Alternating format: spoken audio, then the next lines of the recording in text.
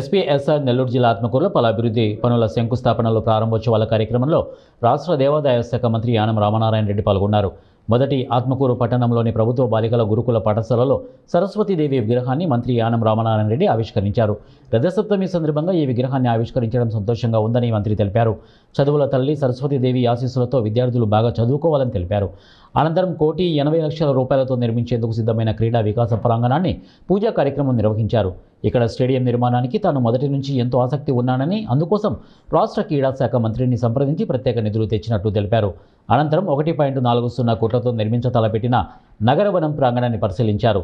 నేటి కార్యక్రమాన్ని ఉద్దేశించి మంత్రి ఆనం మాట్లాడుతూ ఆత్మకూరు నియోజకవర్గ అభివృద్ధి కోసం తాను తీవ్రంగా శ్రమిస్తున్నానని, నియోజకవర్గ అభివృద్ధి కోసం అన్ని శాఖల నుండి ప్రత్యేక నిధులు తెచ్చి అభివృద్ధి చేస్తున్నామని తెలిపారు. నిధులు తెచ్చేందుకు మరియు వాటి నిర్మాణానికి తీవ్రంగా శ్రమించవలసి వస్తోందని, అందుకు తమ ముఖ్యమంత్రితో పాటు ఆయా శాఖల మంత్రుల సహకారం సంతోషకరమని అన్నారు. ఈ కార్యక్రమంలో Atmakur RDO B Pavani, DSC K Venugopal, అలాగే డిఎస్పీ కె వేణుగోపాల్, అన్ని శాఖల అధికారులు, స్థానిక ప్రజాప్రతినిధులు పాల్గొన్నారు.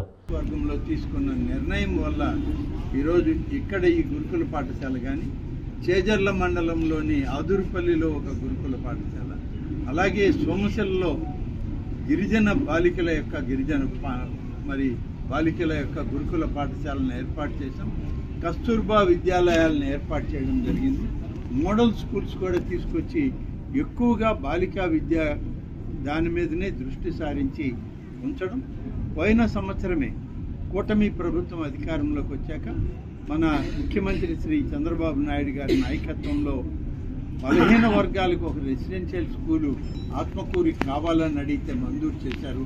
అది కూడా ఇప్పుడు మన పాలిటెక్నిక్ కాలేజ్ భవనాల్లో అదనంగా దీనికి ఏం సౌకర్యాలు ఇవ్వగలము అవన్నీ కూడా చేయించడం జరుగుతుంది. మొత్తం మీద ఈరోజు సరస్వతీదేవి యొక్క విగ్రహాన్ని ఇక్కడ ప్రారంభించుకోవడం అంటే ఇక్కడ విద్యార్థులుగా ఉన్నటువంటి ఈ బాలికలకి అందరికీ ఆ తల్లి యొక్క దీవెనలు పూర్తిగా ఉండాలి.